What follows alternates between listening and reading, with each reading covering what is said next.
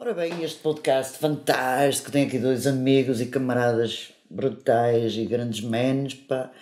O Abel Coentrão, que é, pá, aliás, ambos trabalham no Público, mas o Abel é jornalista e o Paulo Pimenta é fotógrafo, para além de ser também fotógrafo como artista. E o Abel, para além de ser jornalista do Público, Jornal Público, também é o presidente da Associação Cultural das Caxinas, o Vindo ao Peixe, que também vamos falar porque temos aqui um camarada caxineiro e é importante. E aliás é muito engraçado porque hoje celebra-se 1065 anos de Vila do Conde. Portanto, a vila está a fazer 1065 anos, é incrível, é uma cidade muito antiga. Pá. E por isso até tem muito sentido ter aqui o Abel como... Sim, porque no fundo a vila, a Caxina, talvez seja a parte mais antiga com os barcos e toda essa historial, não é? Que esta terra tem.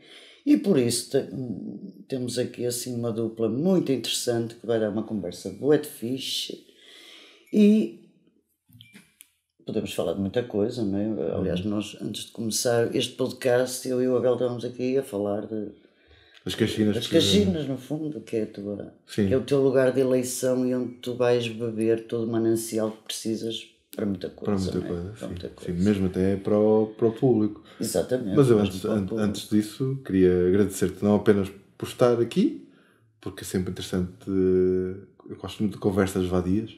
Este teu podcast faz-me lembrar algumas coisas que me fizeram fazer jornalismo na vida, como por exemplo programas noturnos do Fernando Alves, na TSF há muitos anos. Antes não havia podcast, era mesmo rádio, a hora que dava e pronto, e tal, não é? A gente nem gravava, portanto, não sei se eles têm, também ter lá nos arquivos essas conversetas da noite. Eu lembro-me quando estagiei lá que havia uns programas que eram assim parecidos com isto, só que metiam muito whisky e muito tabaco dentro do estúdio. Claro. E eu uma vez olhava lá pela janela, aquilo era uma fumaça, pá, tremenda. Pronto. Mas sempre muito inspiradoras. E ao mesmo tempo agradecer-te por me teres misturado aqui com o Paulo Pimenta, porque é assim, quer dizer, podias ter-me juntado com muita gente e teria sempre imenso prazer e muita coisa para conversar. Agora, na verdade, eu gosto de fazer as coisas desta forma. Quer dizer, se há vários companheiros que eu admiro no Público. Não vou pôr aqui num pedestal dizer que ele é melhor do que o A, e o B e o C. Mas ele é de facto um desses que me orgulham de pertencer àquela casa, porque, quer dizer, o Público foi sempre um jornal especial, era o meu jornal antes de eu ter a certeza de que queria fazer jornalismo escrito, ou melhor, antes de me desiludir com a rádio. O meu estágio correu muito mal na rádio e então achei que era melhor repegar nas palavras e escrevê-las e trabalhar com a palavra escrita. Mas quando lá cheguei e comecei a conhecer as pessoas, quer dizer, crias relações pessoais, afetivas, começas a admirar, obviamente, uns mais do que outros, porque cada um desenvolve as suas capacidades à sua maneira. E dentro do que cada um sabe fazer, o Paulo, como felizmente outros jornalistas da casa, trabalha de uma maneira que eu acho que é excepcional. Portanto, e temos tido a oportunidade ao longo destes anos de fazer trabalhos juntos. É sempre muito agradável. É sempre também um bocado algum stress, porque este homem é um homem que não sabe estar parado. Pois não sabe estar parado. Aliás, outro anil. Aliás, ele está a chegar agora de serviços de há pouco, quer dizer, quase não jantou e está aqui. Mas essa pica que ele tem, no fundo, também acaba por contagiar os outros. Tu disseste que ele era fotógrafo. Ele não é fotógrafo apenas, no sentido de que ele é fotojornalista. Ele é fotojornalista, não é? Yeah. Que é o que distingue de um fotógrafo. Portanto, ele pode ser fotógrafo noutras coisas que faça, mas ele é fotojornalista no sentido de que não raras vezes, aliás, muitas vezes, coisas que eu ou outros camaradas escrevemos decorrem de sugestões da atenção que ele mantém, portanto, à vida na rua, à vida na cidade, seja artística ou não. Isso é uma cena muito interessante, que eu não fazia a mínima. Portanto, enquanto que o fotojornalista vai-se fazer uma matéria e ele vai tirar as fotos, então tu também há matérias... Não, é uma coisa que ali fazemos ali que cultivamos, muito não é? isso, É que cultivamos, não é um exclusivo do Paulo. O que eu digo é que, quer dizer, o Paulo faz muito bem nisso, quer dizer, ele não está limitado àquilo que é a agenda que lhe marcam dos serviços que os jornalistas pretendem fazer e que precisam do acompanhamento do fotógrafo, não é? Quer dizer, ele carrega a redação com ideias próprias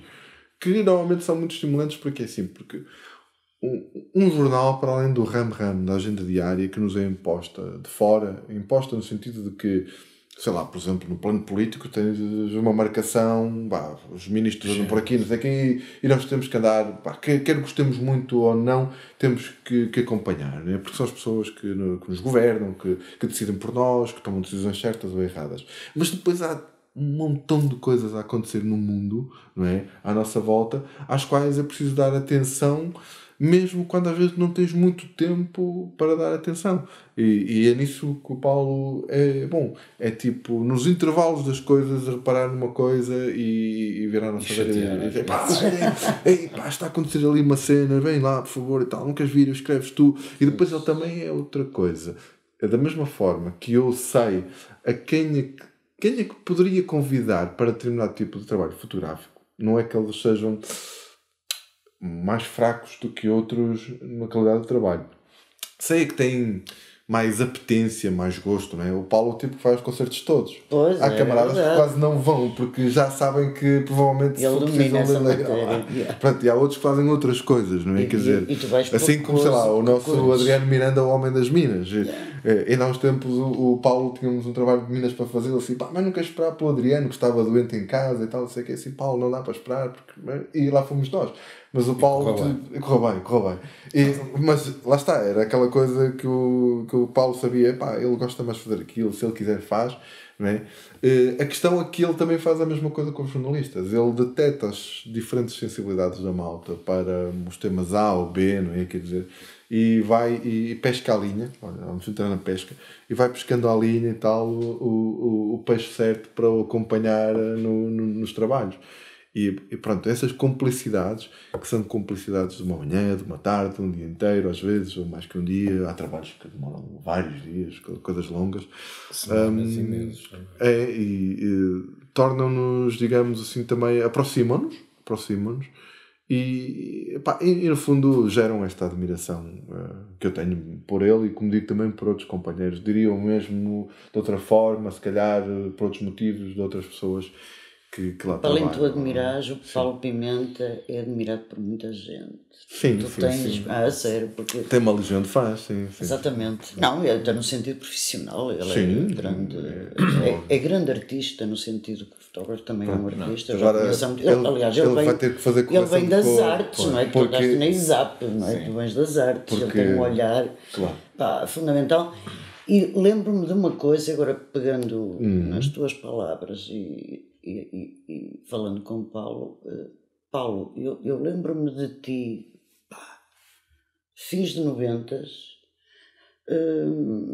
e até com as cenas dos sentidos, em 2000, e o Paulo Pimenta foi dos primeiros fotógrafos que abordou, digamos, a fotografia como statement, como como é que eu ia dizer, para fazer... Como afirmação, não é? Política, testemunho... Exatamente, pouca gente fazia isso na altura. Eu nunca vi uma exposição tua, acho que até inserida numa exposição qualquer dos sentidos, ou numa cena qualquer de Porto, já não me lembro, e vi as tuas fotos que já abordavam os sem-abrigo, e aquelas imagens fortíssimas, bateram-nos, e na altura ninguém falava disso, e agora, há muitas denúncias e não sei o quê.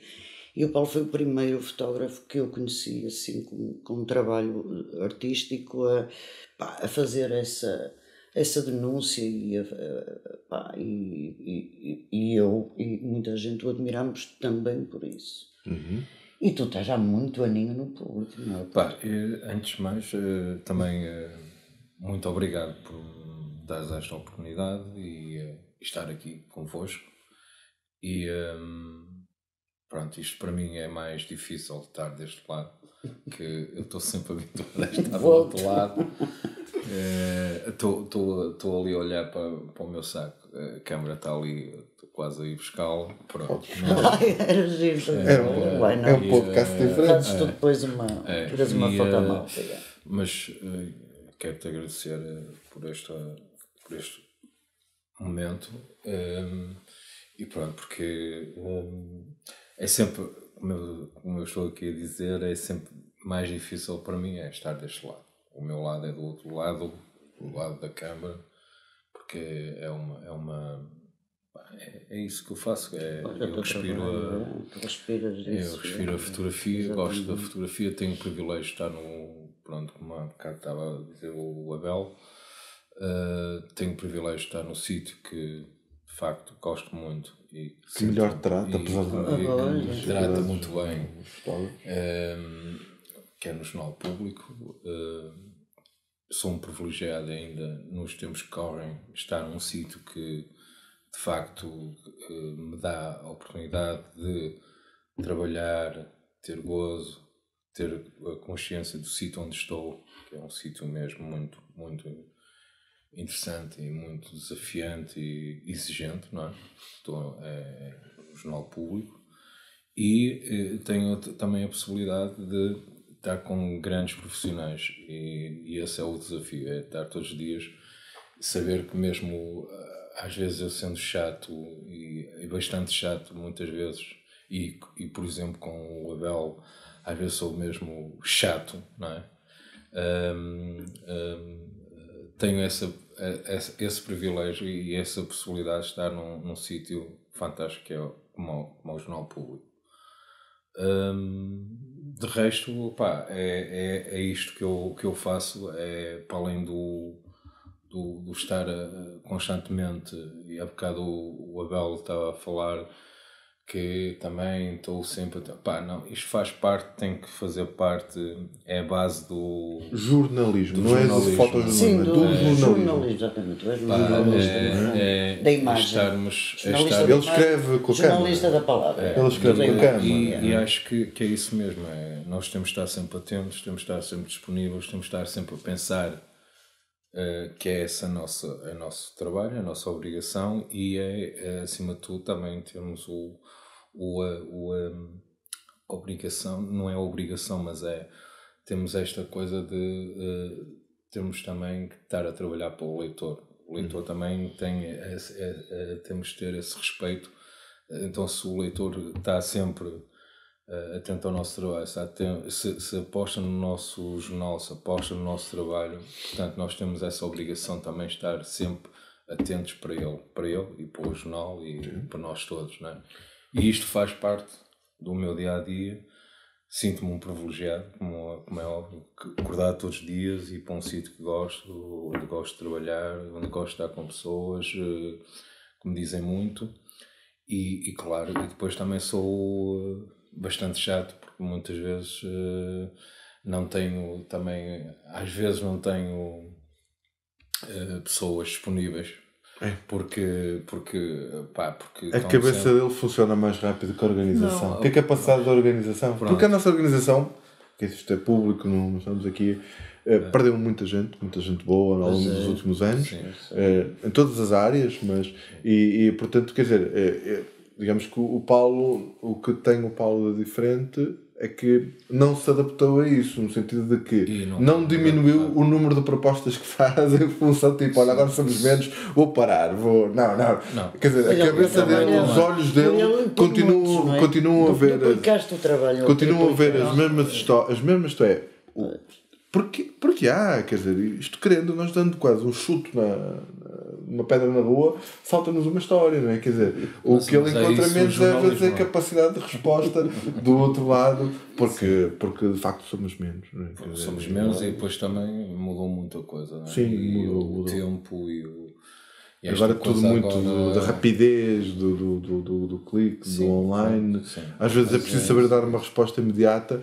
mas eu acredito, pelo que eu vejo dos trabalhos deles, que é como tudo, quer dizer, da mesma forma que eu preciso de tempo para burilar um texto, para chegar, digamos, ao ponto em que ele está bom, eles precisam desse tempo no local. É que eu posso ter esse tempo depois, quando chego sentado, ou melhor, eu peço esse tempo, se me derem, quando estou perante o computador. Eles, quando estão perante o computador, já têm as fotografias que atiraram. Portanto, eles muitas vezes precisam do tempo no local, com as pessoas, no serviço. Não é? Quer dizer, e hoje em dia o ritmo, tirando estes trabalhos que são em que olha, nós temos tido algumas oportunidades de vez em quando, tipo, de ficarmos uma manhã ou um dia inteiro num sítio com calma, olharmos e escolhermos o que é que queremos, ou eu quero questionar e ele o que quer fotografar. No geral, as coisas hoje funcionam a outro ritmo. E eu confesso que eu não gosto. Acho que o Paulo convive melhor que isso, apesar de tudo. Ele tem speed, tem velocidade, apesar de tudo, ele responde melhor aos dois ritmos. Eu respondo mal ao ritmo rápido do jornalismo hoje em dia, confesso, admito. Isso agora uma pessoa tem que mas eu, pronto, quer dizer, não é o convívio melhor. Eu adaptar-se.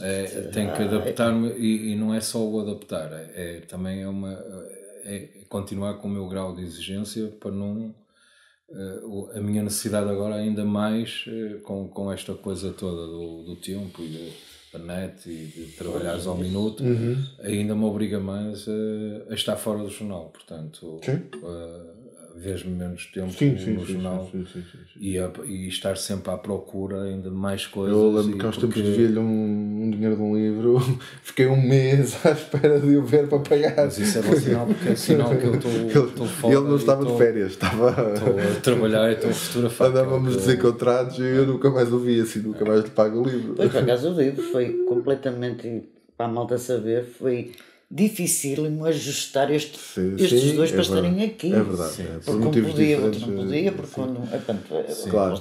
O jornalismo realmente tem. Não, neste caso até nem, como imaginas, também não é só o jornalismo, não é? Quer dizer, no meu caso tenho que conjugar com isto, com a vida familiar. Sim, pois, mas e com as outras coisas todas, não é? Quer dizer, porque no caso tu desta vez convidaste, mas acho que também é um bocado a forma de estar das pessoas que têm vindo cá, quer dizer. São pessoas que não se bastam com, sei lá, um horário e com empregos.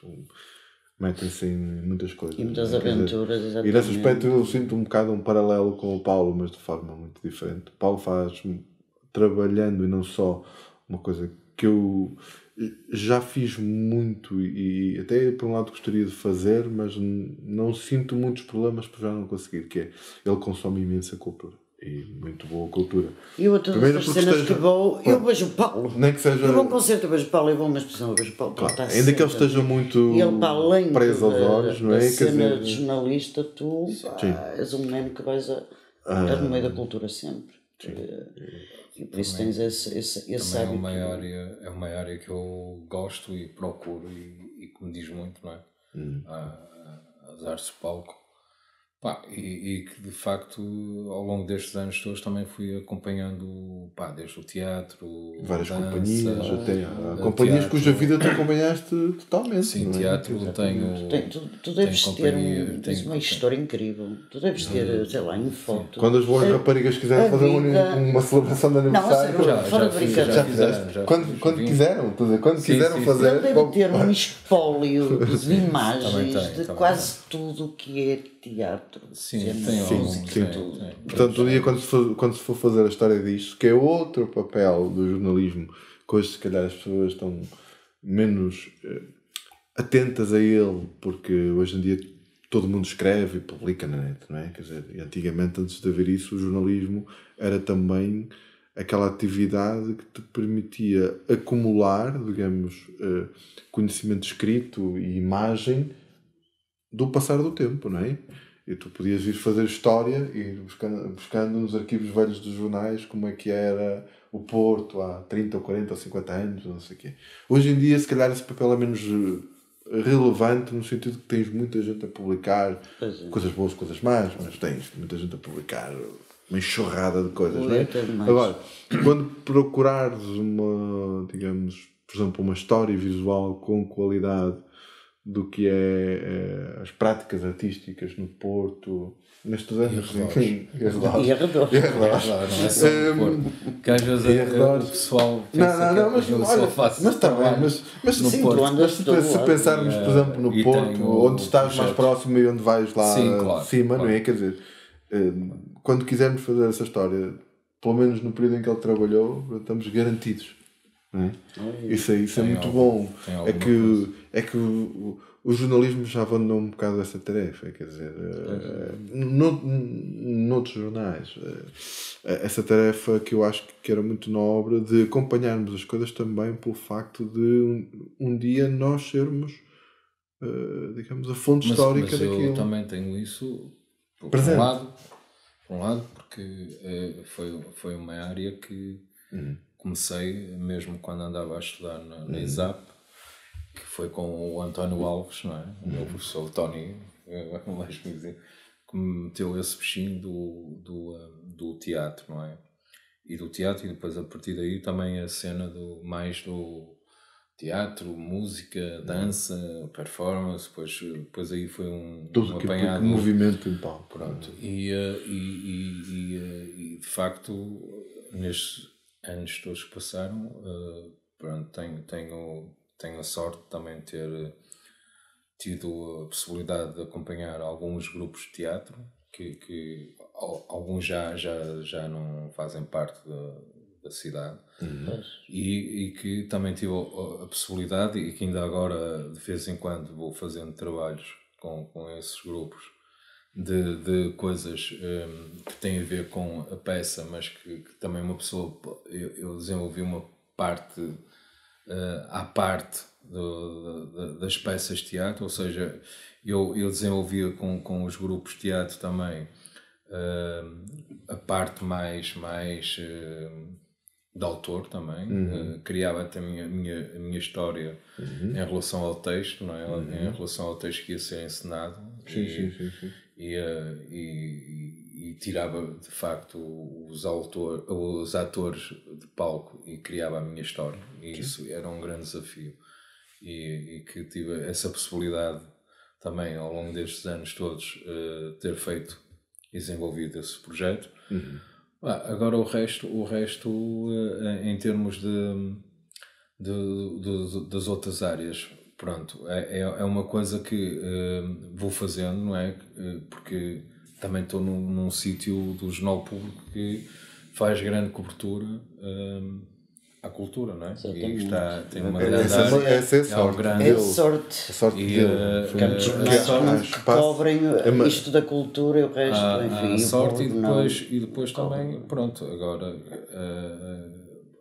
o interesse e também depois com estes anos todos ter criado esta coisa de mesmo que o jornal já não faça ou que, por exemplo, às vezes há muitas peças de teatro que já estrearam há um ano atrás ou há uns meses atrás em Lisboa, pronto, já não se faz ou já saiu a notícia, mas depois se eu às vezes tiver a possibilidade de estar que vem cá no Porto, ele vai na mesma. Ou na mesma, faço sempre um trabalho, nem que seja para uma fotogaleria, e é uma maneira de eu também partilhar isso com e nesse aspecto ele ganha com o online, porque se o jornal existisse como já existiu há uns anos, só em papel, eu acho que tu não verias pelo menos um terço do trabalho de palpamento. Sim, exato, mas não foi por causa do online que eu fui e vou mais vezes ao não, teatro. mas tu trabalhas mais visível. Provavelmente tinhas galerias, tinhas arquivo que não mostravas. Sim. Arquivo no sentido de trabalho que não mostravas antes, quando estávamos limitados ao papel. Agora é o que dá mais. E hoje em dia tu tens a possibilidade, ele já tem a possibilidade de fazer um trabalho quase solitário. Não, a maioria das vezes. Solitário agora, no sentido de que. Às vezes até chatei o Abel, tipo, olha, fui fazer uma peça e. Quer apenas um pequeno texto, qualquer coisa de. Podes fazer um. Que é apenas uma grande legenda, não é? Portanto, não pode ser. Estava cegado ou outro e que estava aí lá estou eu. Porque nesse aspecto é engraçado, porque quer dizer, o universo hoje da comunicação é muito visual E para ele foi sempre muito visual, porque é a área que ele trabalha. Mas hoje é, no geral, muito visual, não é? Nós estamos aqui a gravar um podcast, temos uma câmera, tem imagem, não é? E pronto. Mas que é para não ser tão agora, se fosse só voz, aqui há uma autonomia que é dada a quem trabalha nesta área, como também no próprio vídeo, no jornal. Nós temos videastas, ou jornalistas que trabalham na área do vídeo. Não sei como é que chamaremos, nós chamamos fotojornalistas, videojornalistas, não sei como é que chamam. As jornalistas, para todos os efeitos, mas que trabalham com aquele medium, que conseguem desenvolver também trabalhos solitários. Portanto, esta parelha jornalista que escreve e que fotografa, às vezes, e sem problema nenhum, desfaz-se porque há espaço, há autonomia para ele desenvolver os seus projetos praticamente visuais, como uma mera legenda, no online do jornal. Isso é maravilhoso para os leitores. E depois ele arranja tempo para fazer exposições. Acabou há pouco tempo, não é? A tua exposição no Centro Português de Fotografia, a Ilha, que é um trabalho... Sim, foi um trabalho que... Incrível, não é? Porque ele depois ainda tem essa faceta, ainda vai fazendo exposições aí com os projetos pessoais dele, com as imagens dele, sempre nesta base. Ele é sempre altas... cenas fortes sobre as realidades, não é? Sim, também fazer coisas sobre cenas moldes. Pois, também digo. Não, mas a força tem que estar em algum lugar, não é? Isto é pau-pimenta, o olhar dele realmente de jornalista, no fundo, o olhar acutilante sobre realidades. Este trabalho da Ilha, para mim, foi um momento mesmo muito importante no meu trajeto e primeiro pelo grupo com quem eu trabalhei, que foi com a PEL e com a Educar e que foi uma coisa mesmo muito intensa.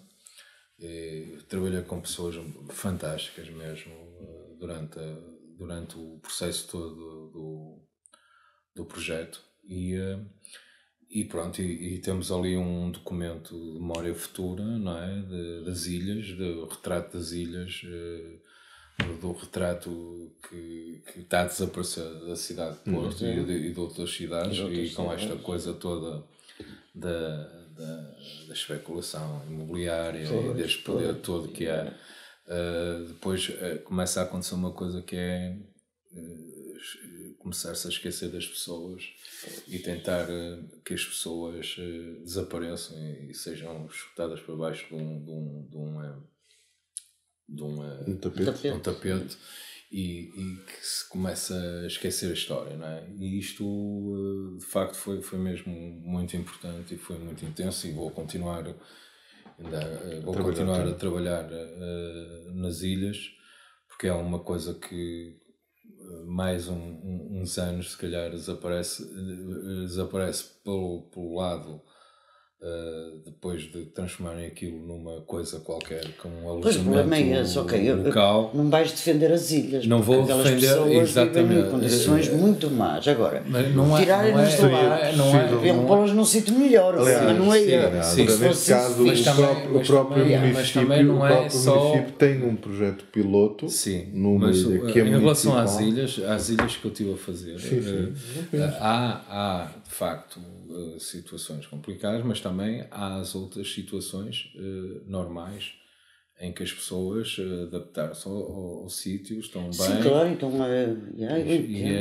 eu só tenho pena. Algumas até são impecáveis, eu sei que eu também. Claro. Eu só tenho pena. Algumas até são porreirinhas e estão muito bem localizadas, as pessoas têm umas casinhas impecáveis, portanto depende das ilhas. Exatamente, depende das ilhas, depende das zonas. E por exemplo, esta zona que eu andei a fazer, que foi de Bonfim, que são 3 áreas, que é um 3 mais sítios, no Porto, que é São Vítor, Póvoa e Lomba. E tens ali pessoas que estão há 80 anos, há 70 e tal anos no sítio e o que elas dizem é que são felizes ali. Pois. E dali querem ir para ali para baixo, exatamente, que é para o cemitério. Não é? E isso nós devemos ter respeito. Eu tenho pena que o Paulo Pimenta não tenha feito este trabalho há 25 anos e na minha ilha, nas Caxinas. Porque eu morei 21 anos numa ilha, portanto eu percebo completamente. Claro. Eu não preciso entrar numa ilha no Porto. Ainda agora tive uma já entrei. Que eu na sexta-feira fiz visitas guiadas à exposição. Sim. E tive uma miúda de uma turma que foi visitar a exposição. E ela é novinha e estava a chorar e chorou porque se identificava com aqueles espaços, para ela os dias também felizes dela foi naqueles espaços, não é? E há 2 anos também teve que sair porque aquilo foi transformado num alojamento local e teve que ir para um apartamento fora da mão, longe do sítio onde ela estava, onde tinha as raízes e pronto, e tens esses cenários cada vez mais a acontecer na cidade. Aqui aconteceu a mesma coisa, há 20 e poucos anos, em Vila do Conde houve um programa de erradicação de ilhas e é curioso porque continua a haver ilhas nas Caxinas, onde eu venho, mas foram supostamente erradicadas. O problema o nome era esse, erradicadas algumas. E os meus pais tiveram que ir para um apartamento. No caso, eles foram para um apartamento de habitação social. Curiosamente, 3 dias antes de eu casar, eu praticamente quase não estive na nova casa deles. E tinha estado 21 anos, numa fase intermitente em que estudava em Braga e não estava lá. Portanto, 25 anos da minha vida. A última estava em Braga, vinha para ali, mas precisamente num ambiente que eu consigo perceber a beleza que o Paulo encontrou ali, porque eu hoje tenho ainda uma relação muito estreita, ainda hoje encontrei pessoas na rua que viveram comigo, que são grandes amigos da minha mãe, no caso as pessoas mais velhas, não é? Da mesma idade, da mesma geração, e naquele caso até era uma ilha especial porque era uma ilha de terrenos de 2 irmãs, que era a minha avó e a tia-avó dela, onde viviam filhos de uns e filhos de outro, e 1 ou 2 casais que não seriam tão ligados familiarmente, mas que também iam lá, às vezes mudavam, mas criaram-se ali laços. Essas pessoas foram todas ao meu casamento, sei lá. Ainda há tempos encontrei um casal, um casal que já emigrou para a Suíça e que voltou. Quando volta está a miúda a almoçar em casa dos meus pais e portanto criaram-se laços que nunca mais acabam. E tu dizes assim, eu hoje vivo numa casa, a minha casa sozinha hoje dá para aí o tamanho de 4 ou 5 casas daquela ilha. Acredita? É terrível pensar nisso. E tu dizes assim, és muito mais feliz só porque vives nessa casa? Eu digo que não. Na verdade não é pela casa, pelo que eu faço lá dentro, com as pessoas que tenho lá dentro, a minha mulher, as minhas filhas. Quer dizer, a casa diz-te muito se tiveres condições mínimas de salubridade, portanto, um sítio onde possas tomar um banho, dormir. Essas coisas existiam ali. Pronto. Não chovia dentro de casa. E tinhas o mínimo para seres feliz e o mínimo para seres feliz são as pessoas que estão à tua volta, a vizinhança, a forma como te apoiam, a forma como ali, por exemplo, tu nunca precisavas de ter uma porta trancada. Nunca trancavas a porta porque não era preciso, porque as pessoas, não é? Quer dizer, e por isso, sempre que nós no jornal, que ele ou outros, vamos olhar para o tema das ilhas, eu pouco trabalhei o tema das ilhas, mas até é um bocado de propósito, porque, quer dizer, eu nunca deixaria de ver ali, de estar a trabalhar numa realidade que é a minha, da mesma forma que eu não escrevo pouco escrevo sobre pesca, Porque é uma coisa que me é demasiado próxima, da qual eu sei demasiada coisa. As ilhas também têm essa sensação. É como se estivesse a ir demasiado próximo de mim. Então, pronto, nunca lá fui muito. Mas gosto muito, quer da atenção e quer do tipo de atenção que o jornal dá a esse fenómeno, que é um fenómeno urbano, não é? Quer dizer, as cidades como o Porto, que também existiam aqui, no fundo, de habitação operária, de saber, no fundo, inventar uma solução para o território, quando não tens capacidade de comprar uma casa, não sei o quê. Mas que depois, com o passar dos tempos, ficaram... assim, no fundo, cada um são pequenos bairros. Eu sei disso porque eu, quando era nova, até ia visitar velhinhos nas ilhas, porque os filhos, eu não sei, que acabam por vazar, e a maior parte das ilhas são habitadas por... Sim, mas olha, mas as ilhas têm uma coisa que falta nos apartamentos camarários, que é, nas ilhas tu não precisas de elevadores. Pois, lá está, tem essa térreo, é muito fixe. Pois é, porque é tudo ali é muito fixe, sabes? Quer dizer, enquanto as pessoas depois são transferidas, depois não há T0s ou T1s no resto do chão disponíveis para todos os habitantes das ilhas. E eles já têm que ir para um terceiro, para um quarto, para o quinto andar, depois aquilo... Exatamente, olha, sei lá, as torres, os aleixos, esse tipo de habitação. Nem vamos para tão... As pessoas moram lá em cima e há velhotes que nunca descem nem sobem, não é? Porque são realidades realmente. Portanto, a ilha tem essa particularidade. Sim, é térreo, é chão, as pessoas estão mais próximo de tudo. E muito provavelmente estabeleceram fora da ilha, na vizinhança, aquelas relações básicas de comércio, no fundo das compras, não é? Isto é muito fácil fazer-nos todos dependentes de um hipermercado que existirão 10 à nossa volta, não é? Quer dizer, mas dizer isso a uma pessoa que tem 70 anos, que sempre fez as compras ali ao lado de 10 passos e vai e compra 3 coisitas e vem para casa e amanhã dá outra volta, porque é bom dar outra volta e está na rua e faz aquilo. Dizer agora vais para ali, bom, e se precisares, bom, pode não haver nada ao lado, mas já para ir no supermercado e podes ir lá uma vez por... Estás de facto a mudar muita coisa que é demasiado importante na vida das pessoas e às vezes há coisas às quais, eu não digo os decisores, nós como urbanos, jovens, que somos da mesma estirpe na verdade dos decisores, deixamos de dar importância porque a nossa vida mudou muito. Quer dizer, e eu faço essa reflexão, eu tenho a certeza que poderia ser mais insensível a algumas destas coisas se não tivesse passado uma parte da minha vida, praticamente metade da minha vida já. Estou com 44 anos, como disse, 25 andei ali, e metade da minha vida foi passada nessas circunstâncias. Mas como digo, com problemas que não decorriam do facto de eu morar numa ilha. Os problemas eram outros.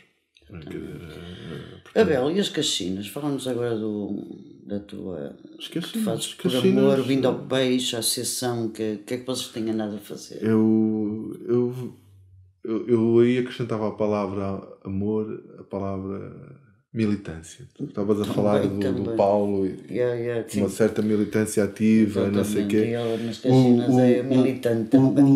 O amor não chega. Sim, não, o amor não chega para conseguires dar o tempo. Eu tenho pensado muito no tempo, porque o tempo que eu estou a dar ali estou a roubá-lo a pessoas que me mereciam mais tempo. As minhas filhas, que são maravilhosas, a minha mulher, e eu sinto isso porque, por exemplo, nos últimos 5 meses, 6 meses, eu já nem sei, desde novembro, pronto, não estou a fazer as contas aqui de repente, que eu e mais um amigo da direção revezamos-nos aos fins de semana. Sim, eu sei que às vezes aos domingos estás lá enfiado, eu sei que para abrir uma exposição de fotografia, uma coisa muito bonita, de fotografia, neste caso, que são documentos históricos muito interessantes, que nós não descobrimos, mas que um amigo canadiano descobriu e que nos deixou trabalhar, no fundo, e que nós trabalhamos, eu acho que de uma maneira bonita. O Paulo já chegou a ter a oportunidade de ver aquilo, com caixas de luz para o Museu Marítimo de Ilha, e que entretanto trouxemos para aqui. Mas para aqui naquelas condições que são, olha, tu dizes que o teu podcast é uma coisa simples, com esta mesa e tal. Pronto, as nossas condições são essas. Foi pegar numa casa velha, graças aqui neste caso também ao Isaac Braga, que é atual presidente de junta, mas porque a casa era do avô dele e a tia dele que tem a casa, a nossa sócia. E quando nós vimos que a casa estava devoluta, perguntamos e cederam-nos a casa gratuitamente para pormos lá aquilo. É fixe, é espantoso. Há lá mais casas devolutas. Não conseguimos, se calhar, bater à porta certa e dizer às pessoas: epá, olha, enquanto você não constrói isto ou não sei o quê, deixe-nos entrar. Aqui foi muito bom, porque ainda por cima bem localizado, em frente à praia, mas custa-nos isto. E tu dizes assim: estás farto, estás cansado? E eu digo assim: não estou farto, não estou cansado, mas sinto que não vou ter, e parece, não quero parecer derrotado, mas sinto que não vou ter muita mais força para continuar a fazer as coisas desta forma. Então ando assim numa fase, depois de 4 anos de trabalho, que na verdade foi só a intensificação de uma coisa que eu vinha puxando na minha cabeça, pensando há 25 anos precisamente, que é preciso fazer alguma coisa, quer por um lado pela preservação pura e simples de algum património, que é um património muito imaterial, que são saberes, formas de estar, formas de vida, e quer outra coisa que me agrada muito. Quando há pouco dizia, eu há uns anos consumia muito mais cultura do que agora, eu agora consumo muito menos cultura, mas estou interessado numa outra coisa. Uma fase, claro. Depois vais retomar isso, sim, quando os teus filhos já forem grandes. Claro. Não, mas há aqui outra coisa normal, que eu neste momento estou numa fase mais de não tanto ser produtor, no sentido, sim, também produtor, é de criar condições, de chamar a atenção para que outros vão criar ali o meu território. Não é? Começou com a arte urbana, começou com a exposição que por acaso foi da Helena, da minha mulher, mas podia ter sido de outro autor qualquer. Na altura teve para ser da Margarida Ribeiro. Entre as duas decidiram que aquele era o projeto, mas a Margarida tinha um outro em desenvolvimento, que entretanto ainda não aconteceu, mas se calhar um dia acontece. E por acaso nos últimos meses tem acontecido uma coisa que eu acho excepcional, que eu tenho dito aos meus colegas: olha, isto é muito bom sinal. Nós não temos produzido muita coisa, vamos produzindo aquilo que somos capazes. Esta exposição foi muito boa, foi só trazê-la porque já estava feita, porque já tínhamos feito. Agora temos que pensar em outras coisas e temos aí umas ideias fortes. Não vou revelar nenhuma porque estamos à espera de saber se vão ser financiadas ou não. Se forem financiadas, se acontecerem, nós vamos ser notícia. Provavelmente, não sei se o Paulo ou alguém do público vai ter que passar pelas caixinhas, e não é porque quem está a fazer aquilo é um jornalista do público. Há de ser, se calhar, porque é mesmo uma coisa interessante para o nosso jornal. Nessas coisas eu não gosto de nos favorecer. Pelo contrário. Mas, mesmo que a gente não consiga produzir as coisas que tem em mente, há algo que está a acontecer e que me deixa muito feliz. Nós temos sido contactados por imensas pessoas. Eu diria, não consigo sequer dizer-te aqui as 10 situações para apoio a teses de mestrado, uma tese de doutoramento, um projeto um projeto de triagem. Toda a gente. Claro. E a gente pensa que descobriu agora as caxinas e vão fazer alta cena. Já deve ter acontecido. Contactarem para isso. Não, olha, projetos de documentário escolar, em contexto escolar, ainda universitário, outros já, portanto, para televisão. Um projeto de teatro comunitário que vem de Setúbal, não é sequer daqui de perto, de alguém que está a trabalhar com comunidades pescatórias. E porquê? O que aconteceu aqui no meio?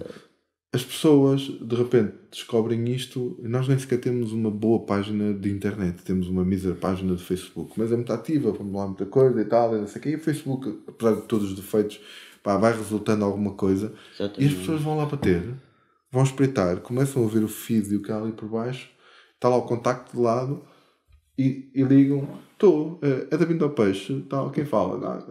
Olha, nós queríamos fazer isto assim, vocês podem ajudar, não sei o quê, tal. Isso é uma alegria. Eu digo aos meus colegas: às vezes já não és aquilo que fazes, mas aquilo que provocas. E a minha vontade foi sempre que o que quer que nós fizéssemos lá provocassem isso que tu dizes, que quer dizer, essa atenção. Ao requer a atenção, não é? O Paulo fez há tempos umas semanas, no mês passado, um trabalho muito interessante, um trabalho de autor, pensado por ele, em que foi ele que depois puxou por mim e disse o que é que gostava mais ou menos que eu fizesse. Né? Trabalhamos assim em tanda, lá está, tivemos uma dupla, foi a última que tivemos, ou a penúltima. Nós íamos a caminho de um serviço, não sei o quê, alguns para Vila Pouca de Aguiar, íamos ver morcegos. É verdade, foi fixe. Vocês devem ter histórias E então estava assim, e eu levava o meu portátil porque estava a preparar um cá privativo. Foi. Mas eu levei assim o portátil no carro, ele ia a conduzir, apanhou-me em casa, porque como era nesta autoestrada, ele veio do Porto e apanhou-me assim em casa, e fomos para a autoestrada diretos para dentro, e eu levava o meu portátil, ele estava a acabar um MUPI, portanto um cartaz enorme desta rua, que estávamos a fazer, neste caso para a junta de freguesia, que eu ia imprimir e pagar, para assinalar o 100º aniversário do homem mais velho das Caxinas. Pois, eu vi que fez agora 100 anos. Eu vi esse uma coisa simples, não era nada especial, porque foi feito por alguém que não é nada. É mesmo o mais velhote da Caxina. É verdade. Que incrível. E a questão não é ser o mais velhote, porque podia ser mais velhote e sei lá, podia estar um pouco acabado, que é normal. Sim, mas estava impecável, eu vi a imagem, um velhote do tijolo. E a questão é que o homem tem uma memória ainda prodigiosa. Incrível. Ainda hoje mesmo de manhã, porque a TVI esteve connosco lá com ele, com um mês de atraso, mas esteve lá, quis fazer uma coisa com ele, pela idade que tem, não sei o quê. Eu estou em dívida com duas fotografias. E então, esse homem, por exemplo, é tão excepcional como pelo facto, por exemplo, de ainda hoje me ter dito: o teu bisavô, quando vinha do mar, o meu bisavô morreu em 53. Oh my God. Nasceu em 1887. E ele conheceu o teu bisavô. Ele conheceu. E sabe quem é? Não confunde. Diz assim: o teu bisavô Abel, quando vinha do mar, gostava de se vingar do sono encostado ali ao salva-vidas que já não existe, que é uma memória ainda minha, um bocadinho de 5 anos, 6, quando foi demolido, em frente à exposição, ao sítio onde está a exposição, naquela zona da praia do terreno vazio. Era ali em frente, tinha um posto de salva-vidas. E ele conta-me isto: o teu avô ia dormir uma cesta, o teu bisavô, ali encostado ao salva-vidas, quando vinha do mar, em vez de ir para casa, gostava de dormir lá. E tu assim, isto é um detalhe, tu dizes, isso é inútil. Eu não tenho ninguém que me conte nada sobre o meu bisavô. O meu pai tinha 3 anos quando ele morreu.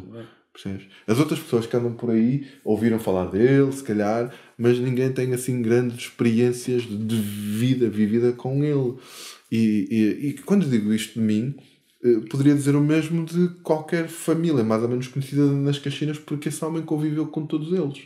Ele conviveu com os bisavós de toda a malta que ali mora. E, portanto, é uma figura espantosa. E eu estava a trabalhar o MUPI, o Paulo: o que é que estás a fazer? Estou a fazer isto e tal, porque isto vai acontecer e tal, não sei o quê. Mas isto é um trabalho do caralho. Mas estou a pensar outra cena ali a conduzir, nem sei se ele estava concentrado na estrada, curva, de conta curva.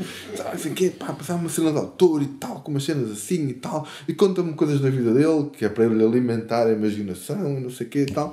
Já estávamos a trabalhar numa coisa enquanto não tínhamos fotografado lá os morcegos e como despachamos no tempo certo, sem apressar nada, portanto o serviço lá, acabamos o dia a descer, não até à minha casa, que eu moro fora da cidade, mais para dentro, mas a descer mesmo às Caxinas. Eu, entretanto, já tinha feito uns contactos, e a começar a fotografar o homem nesse dia. Sim, já foi fantástico. Portanto, ele começou ali a fazer o trabalho, não sei o quê. Eu fotografei de joelhos.